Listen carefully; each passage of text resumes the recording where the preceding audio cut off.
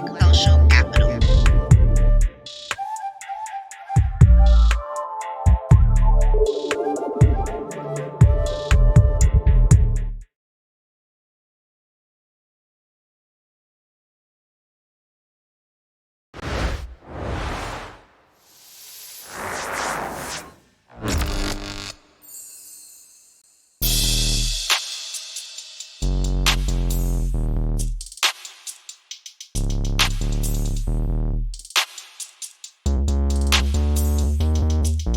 This is Black Social Capital.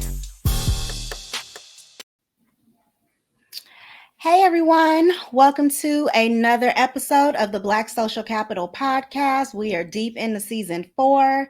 I am going to go ahead and introduce our guest for today, and we are going to dive right on in. So today's guest is Mae Gates. Mae is a seasoned political organizer, consultant, and chief of staff. Mae attended the University of Southern California and has since served in various staff and campaign positions for California State Senator Sidney Kamlager and Assembly Member Isaac Bryan. Mae has also worked in the nonprofit space at Chrysalis, an organization that offers workforce development and job placement for underrepresented, unhoused, and re-entering Angelenos. She maintained over $5 million in government funding for them. After working with Chrysalis, Mae started her own consulting firm, MGA Consulting, and she is also the chief of staff to Senator Lola Smallwood Cuevas. She is the youngest chief of staff in the legislature and one of only 2 Black male chiefs of staff in the state of California Senate. Mae is a prominent organizer in the food and racial justice movements. She's an active member of Black Lives Matter Los Angeles, a member of Alpha Kappa Alpha Sorority Incorporated, and was elected as the president of the Black Women's Democratic Club. Today, we are going to hear all about Mae's passion for supporting progressive campaigns and strengthening relationships between governments and organizations. Welcome, Mae. Thank you. Thank you for having me. I am so excited to be here. Look, I'm excited as well. I'm excited because it's always fun to watch the people that have momentum. And I know that even though you're at the beginning of your career, you've been building momentum for a really long time. And so I'm just going to hop right into some of these questions because we want to know how to get like you. That's the reason that we have our platform. And so just tell us just about your career as it begins. You know, how did you get to where you are? You're working for some prominent figures within the space here in California. You're doing your own thing. So just give us a little bit of background about how did you get to where you are right here in this moment today? Yes, well, thank you, Dr. Jaqui. Thank you, Dr. Theo. I'm so excited to be here with y'all today. Everyone listening in, I am Mae Gates. I use she and her pronouns. And a little bit about me and how I got here. I was planning to be a physician when I first started out at the University of Southern California. Born in Gulfport, Mississippi, raised in Milwaukee, Wisconsin. And when it was time to leave high school, all I knew was that I wanted to go to Wisconsin. And so applied to colleges across the country, got into USC. How do you get into USC and not go? So of course I went, and like a lot of young gifted Black students, you have to choose between doctor and lawyer because that is really all your parents know what to do with you when they realize you are young and Black and smart. And so I chose doctor, right? And I was in this pipeline program at home, the Medical College of Wisconsin, that is specifically targeting young Black and brown kids in Milwaukee looking to enter into the medical profession. And so I was doing these internships at the Medical College of Wisconsin every year for like 5 years straight. And I'm shadowing physicians, I'm doing bench research, really high level work. So I felt really confident that I was going to enter into the medical space. I thought I was going to do OB-GYN, cardiology, or psychiatry. And through a series of events, I realized that I did not want to do patient care my sophomore year in college. And so I'm like, why am I going to medical school if I don't want to do patient care? And so I changed and I switched in one of my last fellowships at the Medical College of Wisconsin. I was working under the direction of Dr. Roy Silverstein in the Blood Research Institute studying CD36 glycoprotein. And I had to write the health policy section of their final paper. They were coming off a very large NIH grant. And that is how I learned about health policy. I picked up a minor in health policy in my undergrad. I loved that program so much that I switched it to my major. At the USC Sol Price School of Public Policy, they have various fellowship programs, and I did the USC Leonard D. Schaefer Fellowship Program, which places students in local, state, and federal placements across the country. And I got placed in then Assemblymember Sydney Kamlager's office. She is also a USC grad, member Zeta Phi Beta, and she was just coming into the assembly in her first term off of a special election. That was my first job in politics. I had never worked in politics before. All I knew was that I wanted to do something in government and policy. I didn't even necessarily know for sure I wanted to work with elected officials at the state level. So had that fellowship up in Sacramento, spent a few months there, absolutely loved it. To this day, it was still one of my favorite jobs I've ever had. I got to staff her on a few committees, communication and conveyance committees, public safety. She had a select committee on incarcerated women. I got to staff her on the floor and really get this hands-on experience with moving bills through the California legislature. And then from there, as many careers do, they take a life of their own, right? And so came back to LA to continue school at USC. I worked in her district office. From there, I met Isaac Bryan, who was once my coworker on staff, and he let me know he was going to run for state assembly. And so I transitioned out of her office to go and be on Isaac Bryan's campaign. And I graduated from college, and he was on the ballot for a special election on the same day. And that was a really exciting day. And from there, all I knew at that point was I was ready to get out of state government. And so that's how I ended up at Chrysalis. I had met and worked with Chrysalis in my positions with Sydney. They had an opening for a government relations manager. They needed someone to do procurement, contracting, granting, policy advocacy, coalition building. So went over to Chrysalis. They specialize in workforce development and job training. I was working with our most vulnerable populations, low income, unhoused, formerly incarcerated, folks that lacked a GED, folks that maybe never even went to high school, folks that maybe went to college but did not finish, and for one reason or another, never had adequate or sufficient workforce development training. And so working with our government partners to support Chrysalis in their C3 capacity and providing workforce development, job training, and job placement through their social enterprise model for our most vulnerable populations here in Los Angeles. And also realized, even though I was in the C3 space, that my heart was still in politics, that I loved campaigning. I had campaigned for Sydney, I campaigned for Isaac. And for one reason or another, I felt like I had enough experience to start a business. And so I did. And I was just like, well, I'm going to be a consultant now and I'm going to have a business. And to be honest, it was really just that simple. Like I was just like, I know what I'm doing. I've done this twice. I can do it by myself and I can have my own business. And looking back on it, I was like, wow, like that was, now I'm like, damn, that was bold of me. But I'm so grateful. Love to see it. I'm so grateful I did it because it's got me to where I am now. So, had a consulting firm. It was part-time. I only had 2 clients, working full-time at Chrysalis, finishing my master's at USC. And it was a lot going on, but I kind of was like, so long as everything stays organized, I'm good. I can do it. I can make it through the next couple of years. And I was doing that for a while. And I had a great full-time job that didn't drive me crazy and paid me a living wage and gave me benefits. I made extra money on the side. I was finishing grad school. And the business really did take a life of its own. Politics is an incredibly nepotistic industry. Everything is relationship based. And I had strong relationships and I was good at relationship building. And so I was getting all these calls for campaign work and I kept telling people no, because I had a job. I had a full-time job and I had no intention of leaving my full-time job. Like I said, these people paid me a living wage and they didn't drive me crazy. And that's hard to find these days. So I was fine at Chrysalis. I didn't feel a need to leave. And so, I kept telling people no, like, hey, I just do this part-time on the side. But, decided after turning down a lot of people, I started doing the math and I was like, I'm throwing away a lot of money. That math ain't mathing. The math didn't start mathing. So I went full time with the business. One of my clients had several amazing clients. One of my clients was Lola Smallwood Cuevas. She was running for state senate to replace Sidney Camlocker, who was running for Congress. And so because Karen Bass was running for mayor. So it was a huge domino effect. A lot of things was happening in 2022 in LA politics. And so I was working with Lola. Her and I worked together really well, like yin and yang.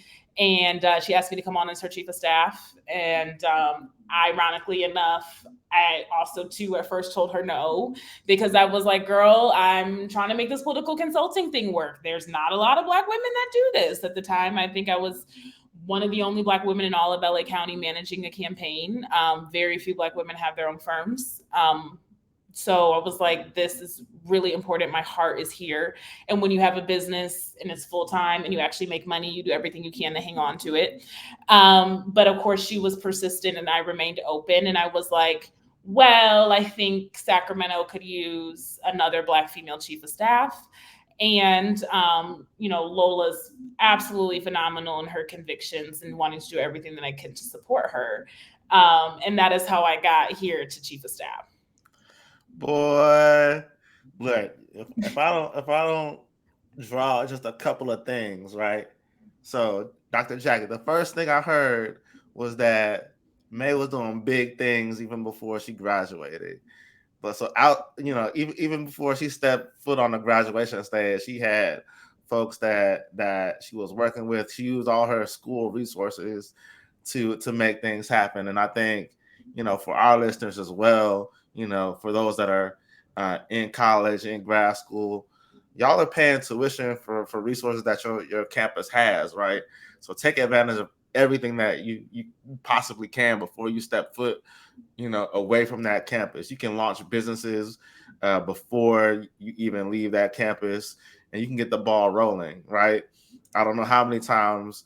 If I got to go look at the transcript, how many times I heard the word USC, how many times I heard the word relationships, just based off of the things that Mae was already doing. So, Mae, one of the things that I wanted to ask in particular for those that are listening is now that you're a chief of staff, everybody has heard of the words chief of staff, but what does a chief of staff do? I don't have no idea. I just be like, is that the person that makes sure that that things is popping? I don't know. Tell us what I play. So when the senator and I really sat down to talk about this position and what I would be doing, I came up with this analogy that I still hang on to, that she laughs at often, but I think it describes what I do as chief of staff.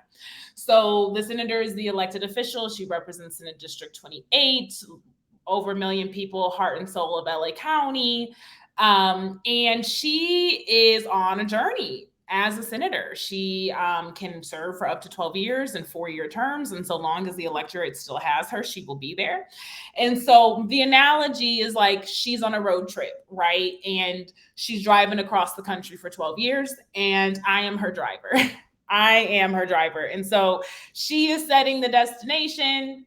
I am the one driving. I am getting us there one way or another. I'm doing the Google mapping. I'm making sure we have tires, we have gas. We are not forgetting any of the kids at any of the pit stops. And so what does that mean day to day? It means, honestly, I'm a generalist. Every single day looks different. I put out a lot of fires. I deal with a lot of problems. If there's ever a problem that needs to be solved, the senator needs to be solved, the staff needs to be solved, allies needs to be solved. If it is a high level problem that is coming to me, and there's some days where I sit there and I deal with problems and get people on the same page all day. I manage staff. We have a phenomenal staff. We have 2 offices. We have one in Sacramento. We have one in Los Angeles. We have a total of 13 people on our staff. And they, directly report to a couple of managers and myself. And so I hire staff, I manage their scope of work. I do a lot of advising for the senator. And so advising her on her policy package, advising her on the votes. She takes votes in committees that she sits on. She takes votes on the floor, advising her on how to vote, yes, no, lay off, and why. Same with on the political side. People are seeking her endorsement, folks that are running for office, different propositions that you see on your ballot, doing the vetting of those candidates, of those propositions, and advising her whether or not to endorse, whether or not to make a political contribution. Working alongside our community partners. The senator is only one person, and I'm only one person, and she can only be, and I can only be in so many places at once. And so there's often times where duty calls in Sacramento, and there's really important things happening here in Los Angeles. And so she needs a representative to go and speak on her behalf, and let folks know her opinion, her position, or what we've got moving in the office. And so I speak on her behalf at a lot of events, in a lot of meetings. And really guide, those conversations and negotiations. There's a lot of things that move through Sacramento and the legislature, and a variety of policy issues. So, representing her in those negotiations, advising her in those negotiations. I started with, I solve problems. And I think the reason why I say that immediately every time somebody asks me about what does it mean to be a chief of staff is because the longer I hold this position, the longer I have a business where I serve as a principal consultant, I learn what separates executives from folks at the mid-level or entry level is the ability to problem solve. I have a lot of experts on my team. Folks that are at the same level as me, higher than me, and then folks who work under me. And kind of what I have learned is you do not always need to be the expert. You have experts that you can lean on to guide you and give you the information you need. Being able to solve problems and get people on one page and come to a consensus is a soft skill that not everybody has, but that is the soft skill that makes executives or not. Just because you are an expert does not mean that you can solve problems. Also does not mean that you can build teams. It just means you're an expert in a certain subject matter. And so that comes to the top of mind because the longer I do all these roles, I'm like, every single day looks different. And there's not a single day that I have at work where a problem does not need to be solved. But, I think it kind of shows with the leadership perspective of it. And then going back to our analogy of the driver, it is the driver's job. If the check engine light comes on, the passenger is not responsible to make sure the check engine light is not on. Like the driver's got to make sure the check engine light is not on. And if it is, where is the nearest, mechanic, and how can we get this checked out? And so that is what I would describe my job as chief of staff to be, but absolutely no day looks the same. You know what? That reminds me, in season 3, Dr. Jaqui and I had a debate about the generalist versus the specialist, and kind of, which one were we? I know Dr. Jaqui for sure has some specialities, but she's on the generalist squad for all the fires that she puts out at work. And I guess the last question I have for you before I let Dr. Jaqui jump in here is, because you're a generalist, you mentioned all the different pieces that you work with, from nonprofit organizations to labor unions to civic organizations, all along this political process, right? Can you describe, like, ideally, how do you see the ecosystem working? Like, how should these entities be working together? Do you see chips in the armor or things like that in your ideal world, right, where things are running as smooth as possible? Knock on wood somewhere, because I don't have any here. What would that look like? Yeah, I mean, I kind of feel like, if you go all the way back to like Roman literature, a lot of like government is rooted in like, the sayings of like, we'll let them eat cake, right?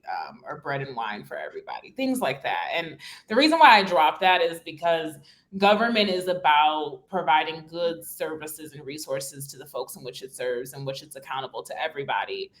And if you think about that, it requires a lot of input from a lot of different stakeholders. Government cannot do everything.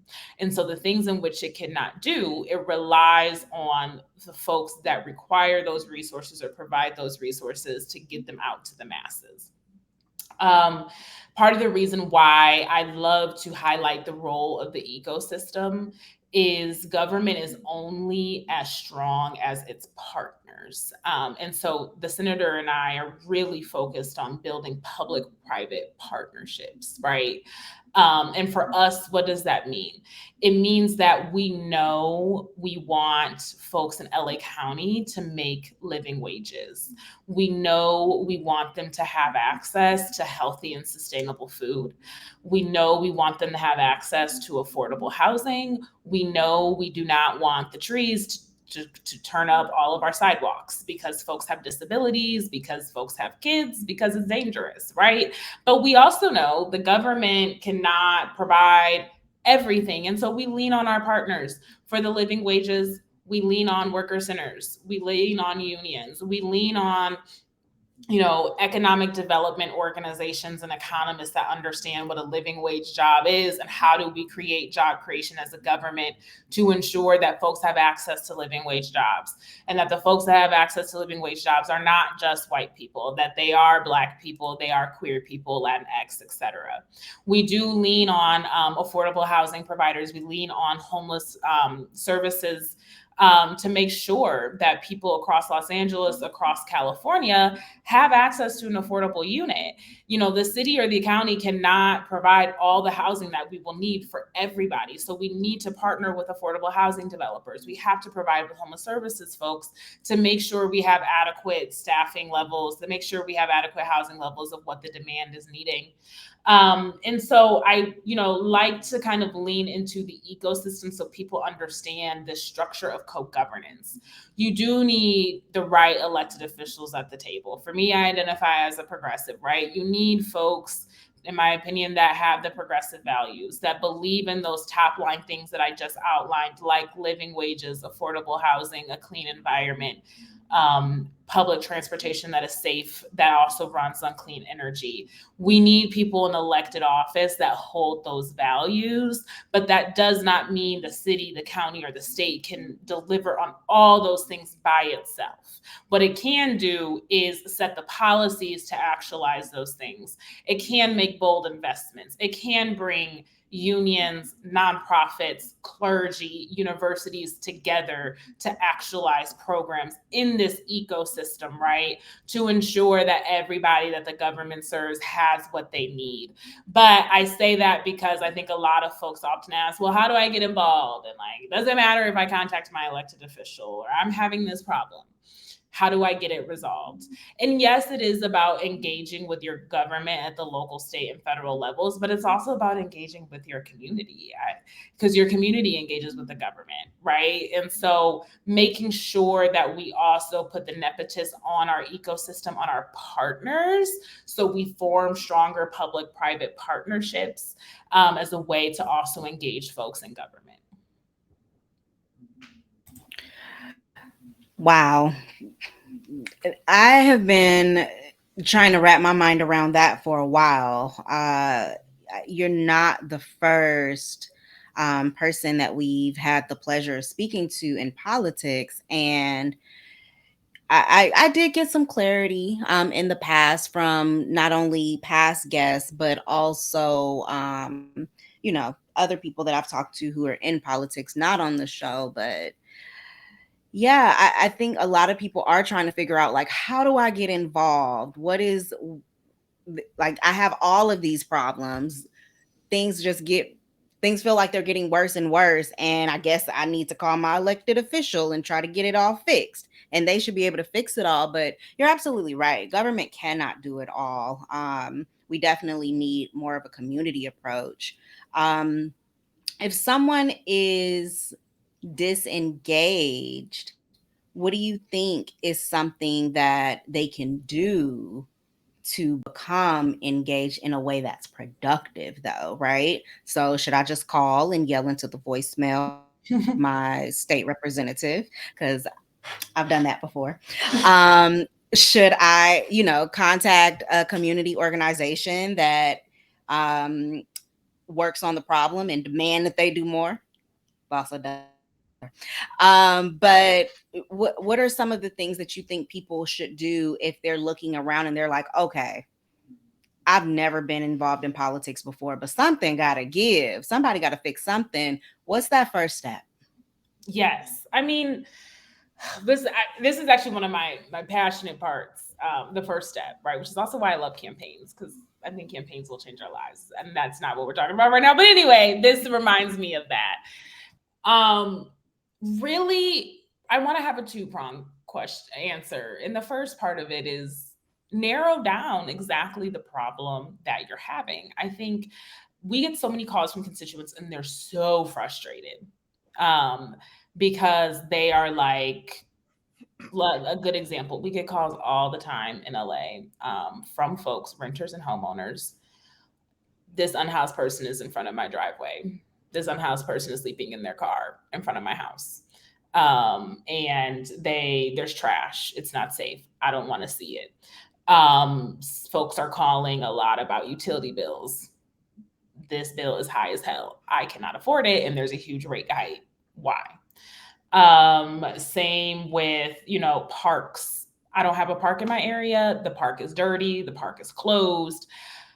These are the typical things that we get calls on. I mean, anything you can think of, people call us for. And I think people get frustrated because they just don't know who to talk to. What I encourage you to think of your elected officials as, think of them as your ambassadors. They are your ambassadors. They are representing you in government. But does an ambassador execute everything? No. They're kind of connecting you to the services that you need to be connected to solve that issue. And so the way that we add value a lot to our constituents is actually informing them and teaching them on how government works. Okay, you live in unincorporated LA County and your trash is not getting picked up quickly enough. How about you call your county supervisor and ask them to connect you to this department and they can pull your address. We can figure out what's going on with the collection process there. We can see if we can start doing special pickups at your address twice a month. Now, did I, as the chief of staff answering the phone, solve the problem? I didn't. But constituents like those types of responses because they're like, finally, someone has given me a straight answer on how to solve this problem. And so I think I really want to remind folks of like, government almost operates almost like a huge hotel. The people who are doing the food delivery for room service are not the same people who go and get the towels for you or clean up something in the hallway.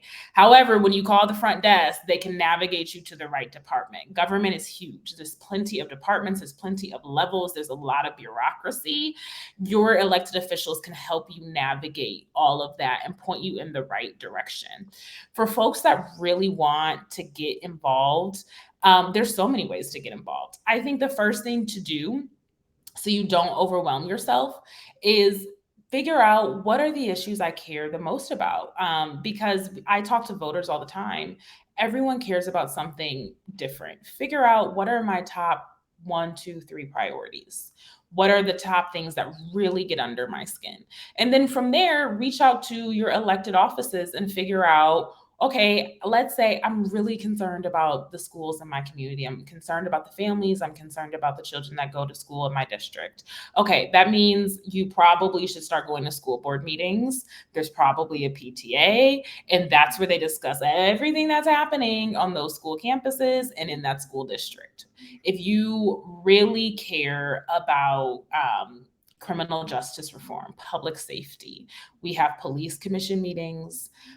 You can go and, hear about parole oversight. You can hear, and it's so big. There's so many options. You could also do the civic engagement route, get involved in things like Black Lives Matter Los Angeles and things like Initiate Justice, where they're doing things with direct action. They're talking about policy change and system changes. Figure out the problems that are top priority to you. And then from there, work backwards of figuring out, well, what are the organizations that work on these types of issues in my community? How often do they meet? And I promise you it's as simple as showing up, because the moment you show up, a lot of these organizations are full of volunteers and people just like you. They're just like, I just care about this issue because I'm personally impacted or it really bothers me. And they plug you into ways to get involved.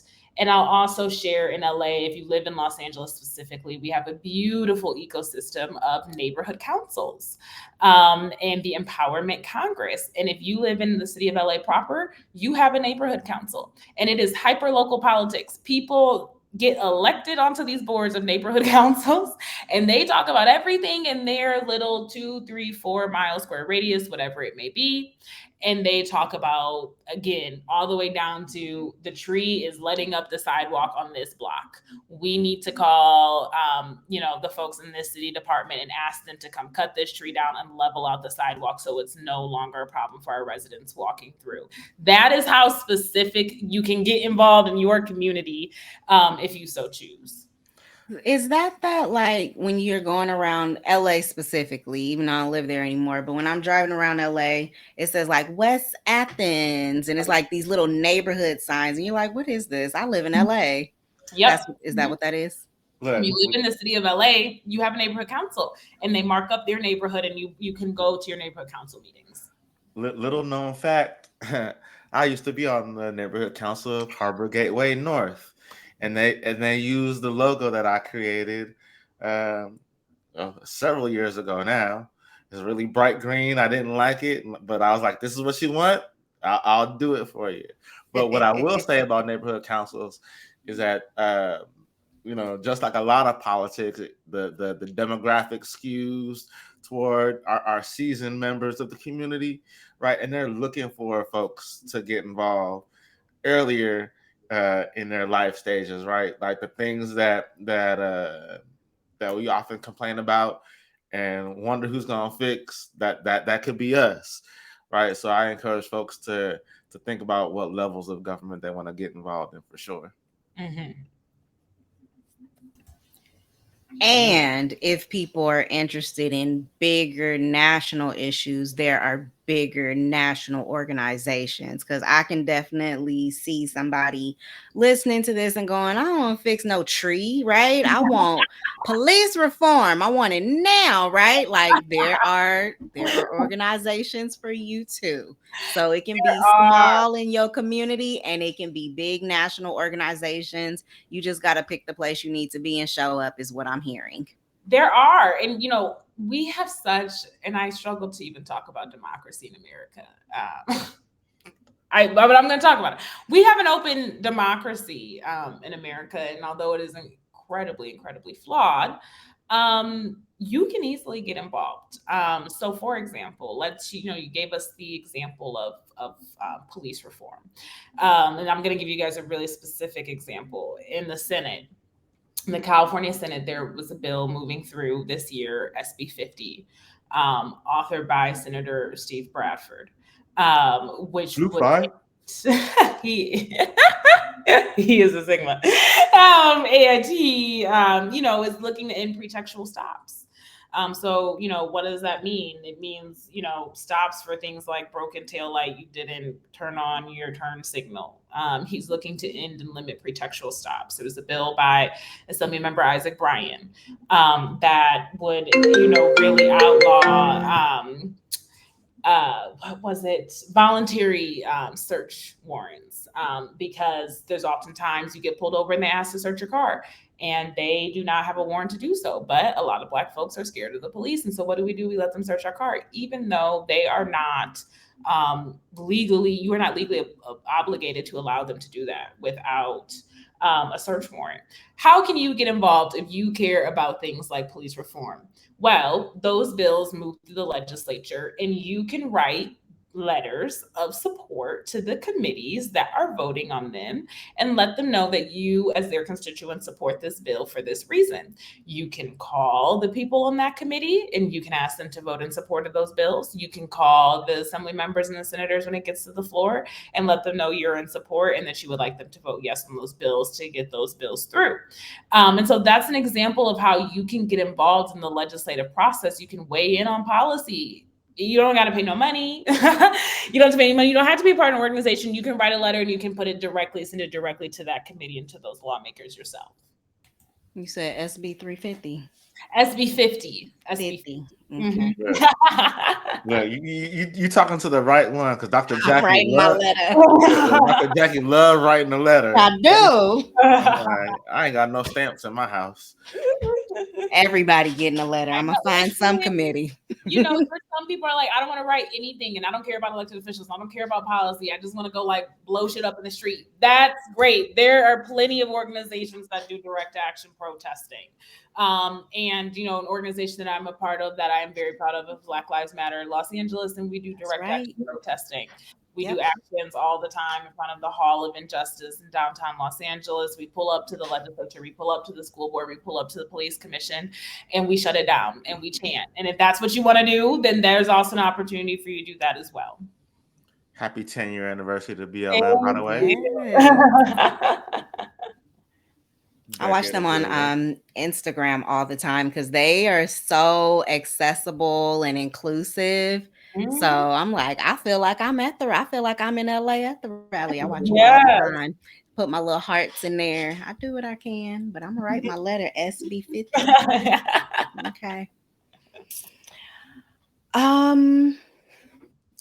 So this is for the listeners that may be interested in following in your footsteps. If someone is interested in getting started in a career for politics, what advice do you have for them? Great question. I would say, I think this is the beautiful thing about politics, and I also think this is the thing about politics that I am working to change. Like I shared before, politics is incredibly relationship based. Your relationships matter. It is how jobs become available to you. It is how you promote. It is how you gain your own political savviness and professional development is through the relationships that you have and your ability to leverage them and activate them when needed. So get involved is my best advice to you. There's so many people that started out just by maybe volunteering on a campaign, and they volunteered and they were really engaged and they ended up getting a paid opportunity on the campaign, and then they end up in being a staff member in an elected official's office. There's so many people I know that that's how they got into politics, was they volunteered. And the reason why is because as much as you know, politics is blowing up these days, believe it or not that many people are actually engaged. Not that many people actually volunteer. So when you are one of the few who show up, they're like, oh shit, they're here and they're using their time for free. They actually really like us. They like our platform. Let's utilize them. Let's hire them. Also, it does not hurt to become a subject matter expert on a specific policy area. When we are specifically writing policy, when we're writing bills, we need people who are experts in this policy, right? So look into different issue areas. Figure out if you want to work in policy, if you want to draft and pass policy specifically. What kind of policy are you interested in? Are you interested in public safety? Are you interested in energy, communications, and conveyance? Are you interested in parks, natural resources, water? Where does your interest lie?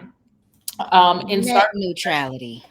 Yes. You can become an expert in whatever you want. And I promise you that if you are an expert in these fields and you get involved in the policy space, people will call you, because we don't know. I'm not an expert in everything. Like I shared before, I am a generalist. And when I don't know what the hell I'm talking about, I call an expert to weigh in on this policy language, give me their advice on what needs to be included, excluded, amended, etc. And so definitely figure out maybe a policy subject area that you would like to become an expert in. And then the last thing that I would offer up is figure out your why, figure out your passion, figure out what drives you to be involved in this. And I say that because, you know, a lot of people, you don't go to politics for the money. You definitely don't go for necessarily the work-life balance, because we work a lot all the time. Right. but there's something specific. There's a specific lived experience that you have. There's a specific lesson that you learn. There's a specific person that you know that has impacted you greatly. And that drives your passion for having a government that is responsive to everyone, that impacts your passion for having programs that serve our most vulnerable populations. So figure out what is it that lights that flame under you, and become an expert in it. Become a protester for it, right? And figure out how does that fit into the fabric of the political realm around you. I'm gonna be a man when I grow up. Right. I love that. And I also am thinking about how when you talk about becoming an expert, it doesn't necessarily mean you got to go to grad school and get a whole doctorate in the thing. But I do think what comes to mind for me is being sure that everything that you learned about critical thinking and citing like reputable sources and getting good information and not going to, Facebook University or Wikipedia, college, like don't do any of that. Like actually get reputable sources and know what you're talking about if you want to become a subject matter expert in a policy. Yes, definitely. All right. Well, that went fast. It did. It did go fast, but you know what I gotta do before we go?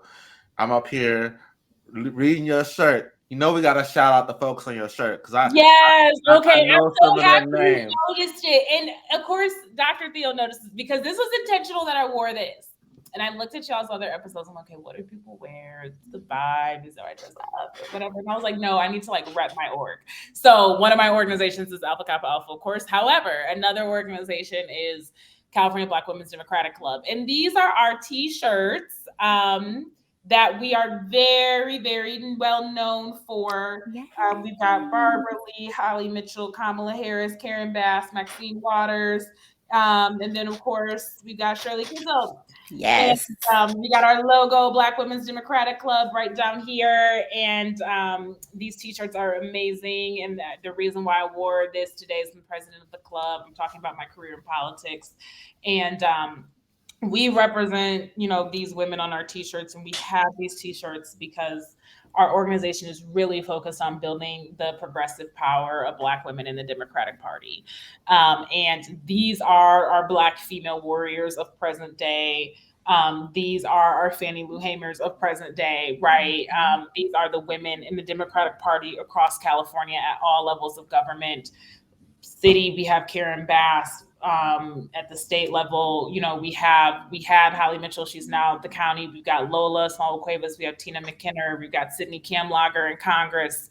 We got Barbara Lee in Congress. We have Maxine Waters in Congress. And so this shirt to me represents the power of progressive Black women and the change they're actualizing at all levels of government.